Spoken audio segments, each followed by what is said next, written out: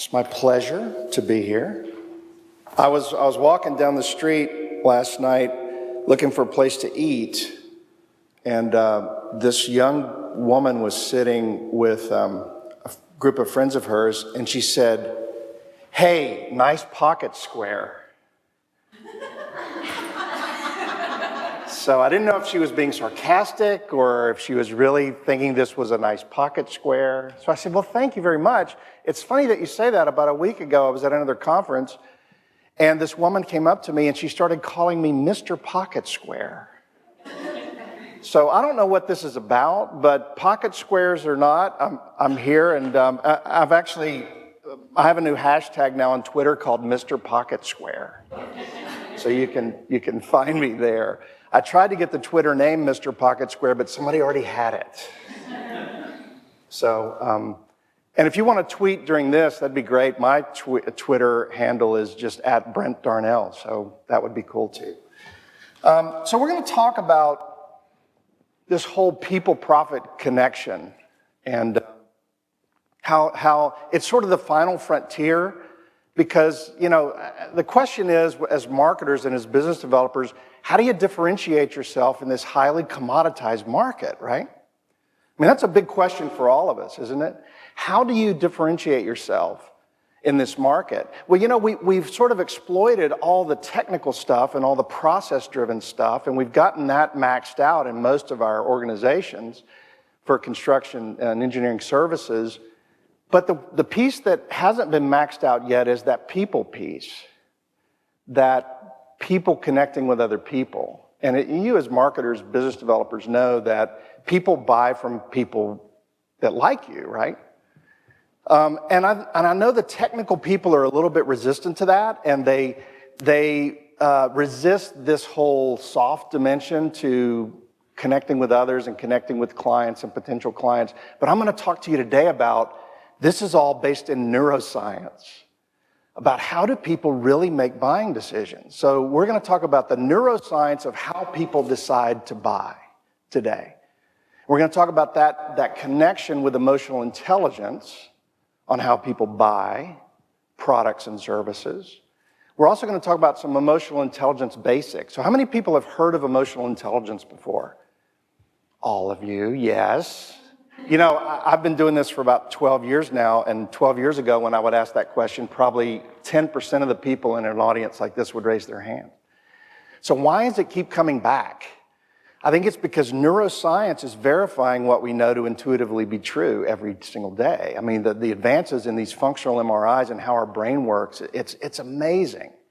And again, it verifies what we know to be true. So we're going to be talking about emotional intelligence basics, you know, maybe a little bit about how it's measured, and then how do we apply that to marketing? How do we know, when we know to be true about neuroscience and buying decisions, how do we apply that to marketing? And we'll see about how some other industries have utilized this whole emotional connection to products and services, okay?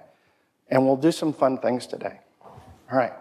So real quick, demographics here. How many people have their own sort of marketing firms? Raise your hand. How many are working as marketer, business developers, sort of in a firm that's a construction services? Most, good. Any contractors here? A couple of contractors. What about just engineering sort of design stuff? Cool. Architecture? Other that I didn't mention? What other? Social research meets architectural design. Get out. That is so cool. Wow, all right, that's really cool. All right. So let's start with a couple of videos. So I want you to notice when you look at these videos, what's happening with you, and then also what's happening in this room. It's a pretty large room, but what's happening in this room in terms of energy and in terms of what's happening here. So check this first video out. Hi, my name is Hannah Eschrick. I'm 10 years old and I go to Randolph Elementary School. My dad, Master Sergeant Joe Myers, is in Iraq right now.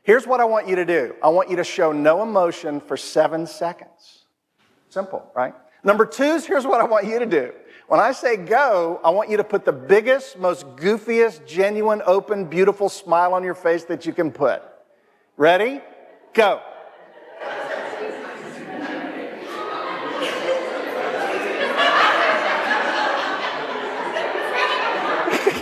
Okay, stop wherever you are and switch roles. Switch roles and see if the other person can do this. Go.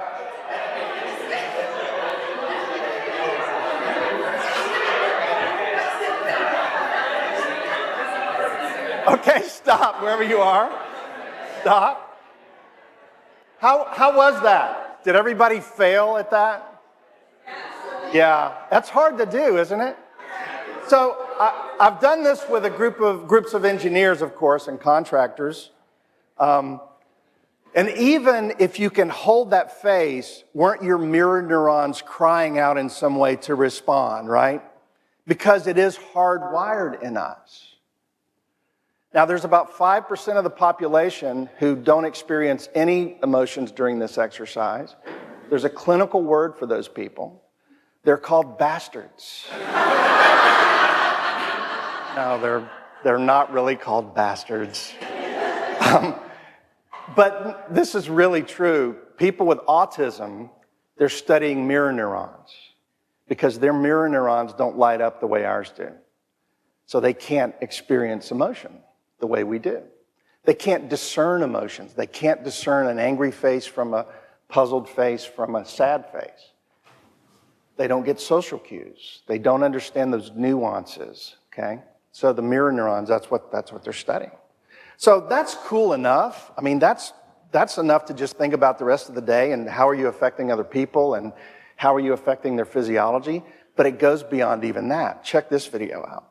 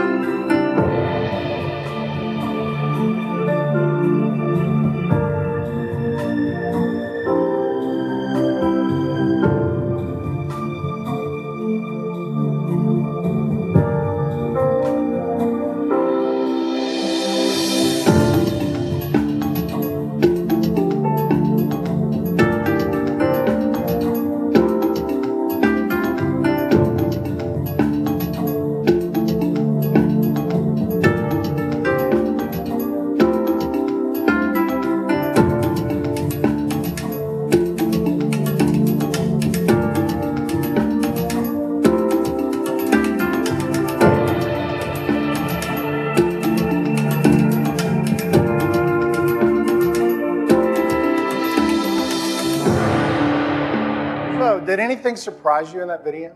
Anybody? What just like, wow, I've never thought about that before. Anybody? Yes, Pam. Heart sends more signals to the brain than the brain sends to the heart. Wow, yeah. That's pretty cool, isn't it? What else? Any others that just shocked you a little bit? Yes, Deborah. Electromagnetic field Yes. Yeah. Yes. I mean, yes, emotions not only are contagious, but emotions create energy. And that energy can be felt. And we know that to be true, right? Have you ever walked into a room and something real tense was going on and you felt it right away and you said the tension was so thick you could cut it with a knife, right? That's that emotional energy that you're feeling. And it can be measured. HeartMath has a machine that measures it up to like 5 feet away from your body. And we've got a HeartMath little monitor we hook people up to. This is really cool because it tells you what emotional state you're in, whether you're in a positive emotional state or a negative emotional state. And we take these guys through different, scenarios, and they can see their physiology shifting in real time. That freaks them out a little bit, quite frankly. It's more than just that they're contagious and that you're affecting other people. It affects health and well-being. It affects cognitive processes like problem solving, innovation, creativity. Just critical thinking. Your emotional states can either facilitate those processes or they can sort of hold those processes back. Because when you're in those stressful states, your thinking brain shuts down. Because when you're being chased by a lion, there's no need to overanalyze that situation. You just run or get eaten or, you don't be thinking about, well, the lion can run 35 miles an hour and I can run 20 and I'm 15 feet away from, you don't do that. You just react, right? So that mind-body connection is so powerful, and more we're learning that that's true. So let's do another exercise. You ready? This is a cool one. Get your same partner. You can get a different partner if you'd like, but get a partner. You guys are going to tell a story. So we're going to figure out, we're going to learn during this exercise how emotional states affect outcomes, because that's what we talk a lot about, how they affect outcomes. So one person's going to be really positive, right? I mean, like really overtly positive. Like I'm talking sunshine, rainbows, unicorns, positive, right? The other person's going to be horribly negative. They're going to be the curmudgeon. Everything's horrible, negative, crappy. They don't like anything, right? So positive person, negative person. So pick, and try to pick the one that's sort of opposite your natural tendency, okay? All right. So you're going to tell a story, all right? So you're going to jointly, listen up. So you're going to jointly tell a story, and what I'm going to do is I'm going to yell switch. So when I yell switch, the other person has to pick up the story wherever you left off. Okay, is that clear? So you're telling a story together collaboratively, and so when I yell switch, the other person has to pick up the story wherever the other person left off, and then I'll yell switch again. You'll have to switch back and forth, continuing with the same story. So let's see how this positive and negative affect the story, okay? All right, everybody clear on the directions? All right, so what do you want to tell a story about? Anything? What do you want to tell a story about? Say it again. Are we creating a story? Yeah, you're creating a story. I just need a subject. Morning commute. Yeah. The morning commute. The morning commute. I can't wait to hear the positive person on the morning commute. All right. So the title of the story is The Morning Commute. So once upon a time, I was doing this morning commute, and let's start with the positive person. Okay, ready? Positive person. Start the story. Go.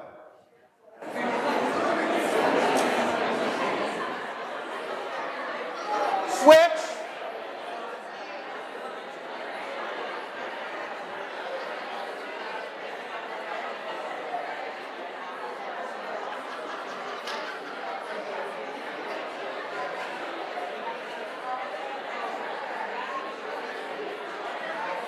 And stop, wherever you are, stop. Okay? All right. So what was that like? What was that like, anybody? What was the experience like? Yes? We kept going back and forth. As hard as I think it's powerful. I'm freaking buzzy. And now that I know what goes on inside, then you switch to her. It's like, son of a bitch is broke. Ah. I can always tell the positive people, because when it switches to the positive person, when the negative person starts, the positive person always goes like that, right? Because everything you built up, they just ripped apart and tore down, right? Do you know people like this? Yeah. What else? Yes. I had a question. Is there a propensity for people to either be more positive or more negative and just stuff gets in the way? I think there's natural tendencies based on your brain wiring and how you were raised and your responses, but I think that can be affected by a lot of things like sleep and stress, and no matter how you try, sometimes you just go down those bad roads. Was it easy to negative people? Was it easy to be negative? Could you just really be negative very well? Some people say that's easy, and some people say it was difficult. What else? Yes.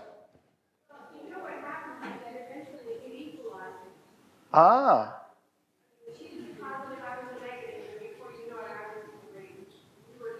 Okay, so some equilibrium there, yeah. And some people say the negative person drug me down, and some people say the positive person pulled me up. Depends on, lots of things.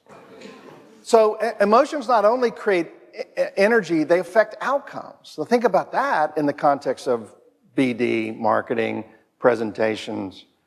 So that emotional state creates that energy, affects those outcomes. And this is a very powerful thing. I did this for a group of superintendents, if you can imagine. And we hooked this one guy up to, I said, give me the biggest skeptic. Who thinks this is a bunch of crap? And this big guy, 6'7", 300 pounds, stood up, came up. We hooked him up to this machine, and I took him through positive states and negative states. And we saw it change on the screen, right? He was pretty freaked out about it, actually. So during the break, I hear him talking to this other guy, this other superintendent, and he said, man, I'm going to think twice next time I come in the trailer and say something like, we'll never make the schedule. And the other guy looked at him and said, hell, you can't even think it. Right? And it's true because emotional states affect so many things.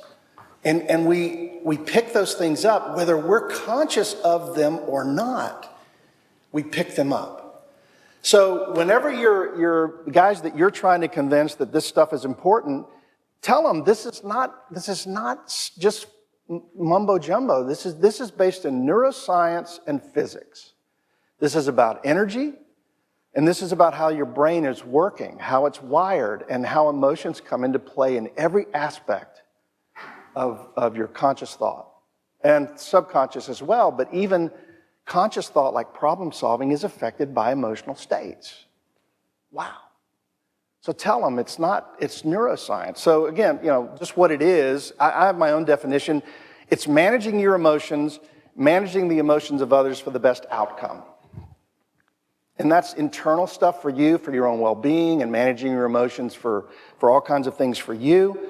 But then it's also managing the emotions of others, understanding those emotions, having good empathy skills, and being able to manage those for the best outcomes for situations, especially contentious situations. What it is not, it's not psychobabble, it's not mumbo jumbo, it's not soft, it's not about being nice to people, it's not about kumbaya, it's not group hugs. Although Brad said he wanted to lead us in a group hug at the end of the day, so we're going to let him do that. But that's not what this is about, guys. This is hard science. This is neuroscience. This is physics about how people work in the world. Now, I'm going to show you, my next slide's a emotional profile of a typical sort of field-type person that's managing construction processes. Okay? What do you think it's... What do you think it's going to look like? I'm going to ask you questions. Do you think that things like, I'm going to say emotional competence. Tell me if you think it's high or low relatively on the graph. Assertiveness. High? Okay. Independence? Empathy? Emotional expression? Ooh, somebody said high. Cool. Flexibility. Low. Stress tolerance. Actually, it's high. Let's take a look. So a couple of things to point out. Notice the assertiveness and independence. This is a bell curve distribution, just like an IQ test. So 100 is the mean. So anything below 100 is below the average, basically. And if you're in the above 110, you're in the above average range. So these guys in the field, assertiveness and independence, problem solving, decision making, that's a composite of those three below there. Stress tolerance are all in the above average ranges. Those are always high. Always low, emotional expression, 88. Imagine someone with an IQ of 88. That's how they are at expressing emotions. Think about that in the context of communication, in the context of creating emotional connections with clients, right? And look at all the interpersonals. Interpersonal relationships, empathy, social responsibility, which is the team stuff, those are all below the mean. All of them. Flexibility is also a tendency to be low. That's basically a control or perfectionist kind of profile, right? Any questions on this? These are your guys. Now, I know some of you are working with different guys, like architects, engineers, and these aren't necessarily field folks. Yes? Are these all men? Unfortunately, yes. And is that part of the study, or is... Well, we want more women, but they're just not there to evaluate. What we found with women engineers, real like hardcore design type engineers, the women's profiles and the men's profiles are pretty much the same. But in the general sort of population, women tend to score higher in these interpersonal skills, self-awareness. They score lower in things like assertiveness, independence. Sort of an opposite profile. Isn't that interesting? Emotional intelligence goes up with age. Naturally, it does. It's maturity and the ability to handle these kind of situations. A lot of people we work with have this sort of volatile profile, which is lower impulse control, higher assertiveness, which you'll see there's a 10-point differential there, which is pretty significant. These people tend to be a little explosive. With this profile, people perceive these people as being a little bit arrogant, a little bit where they don't listen very well, they don't ask for input or opinions. Do you know these people? Have you seen these people? I get a call a week about these people. They say, hey, I've got this guy. And he's a great guy. He's a real hard charger driver, real good producer, but he's just pissing everybody off. Nobody wants to work with him. Clients don't want him on our projects. Do you know these guys? Yeah. So the real good part about that is once those guys understand that there's a different way of being that's a lot less wear and tear on them, that's much better for them and the people they're working with, they're all over it because they're about results. They get so much better results than just these construction folks. I go to these emotional intelligence conferences and they say, how do you get these results? Like you get standard deviation differences before and after. And I tell them it's not me, it's these guys. They want results. So when they see that they have empathy of like 50, one guy said, if you get below 50, there's no bar on the graph. He goes, man, when there's no bar, you know something's wrong, you know. So he had 47 in empathy, and his assertiveness was 137. This guy was a pretty big alpha guy. But he's totally transformed who he is. People love this guy now. They used to be afraid of this guy. This guy grew up on the south side of Chicago, first generation Polish-Italian immigrant family, and he grew up fighting. But he's changed who he is, fundamentally changed who he is based on this work. So with this profile, a lot of times when you get into these presentations, any more questions on this? When you get in these proposal presentations, it may look something like this because how many you guys fight for like making connections and having the relationship, but your guys want to do something like, let's talk about our experience, and let's talk about the budget, and let's talk about schedule, and that we're going to do this with great quality and safety. You and 30 other people, right?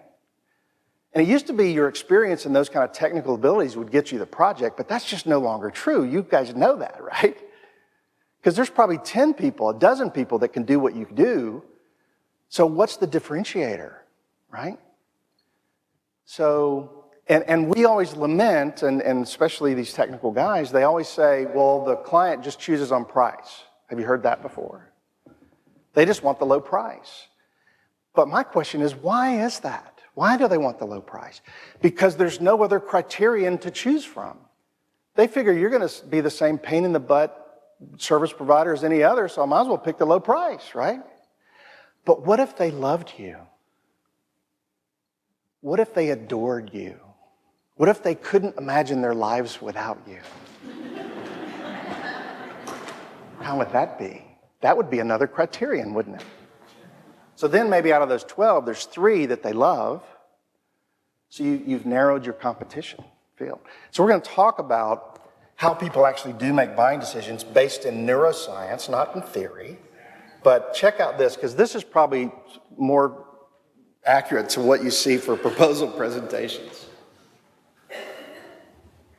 Hi, it's my pleasure to be here today. I want to talk to you about why you should choose Alpha Construction Company to build this project. We promise to deliver the project on time, within the budget, with good quality and safety. Take a look at this complicated schedule. You probably cannot see the information or digest it properly.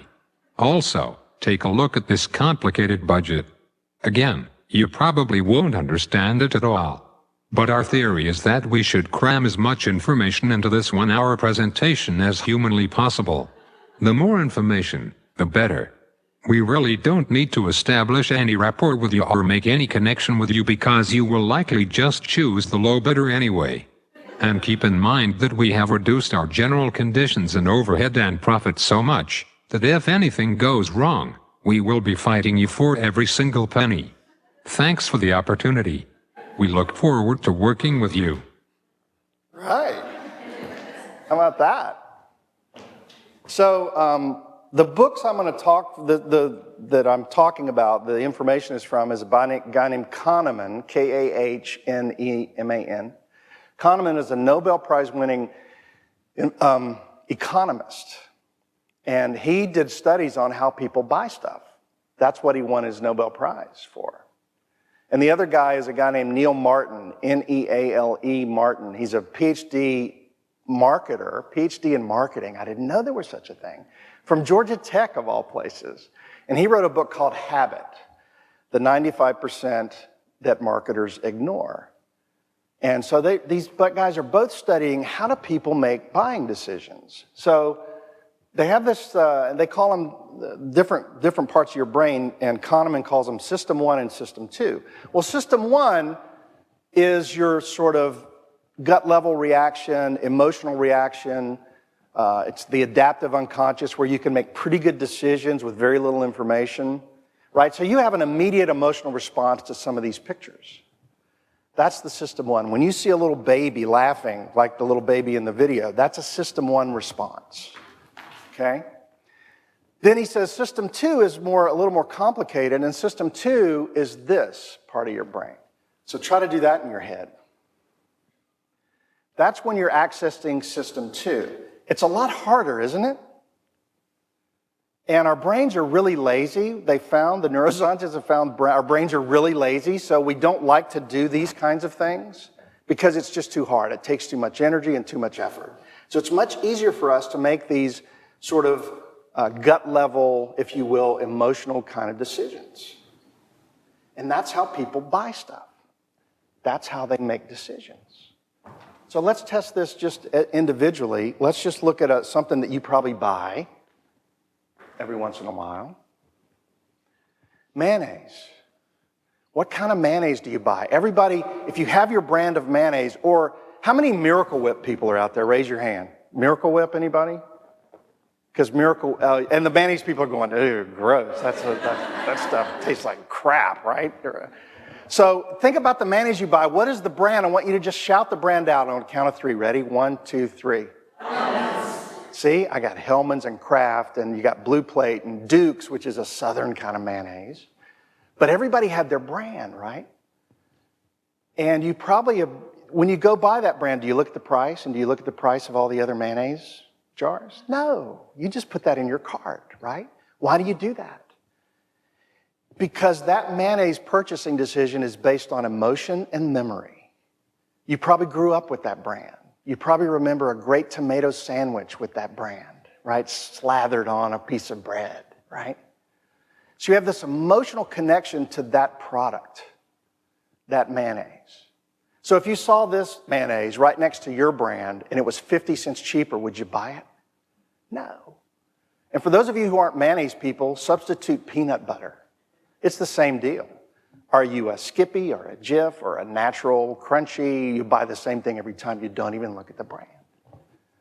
Because that purchasing decision is based on emotion and memory, which is what all purchasing decisions are made on. So if you haven't created that criterion of that emotional buying decision, then shame on you and shame on your people.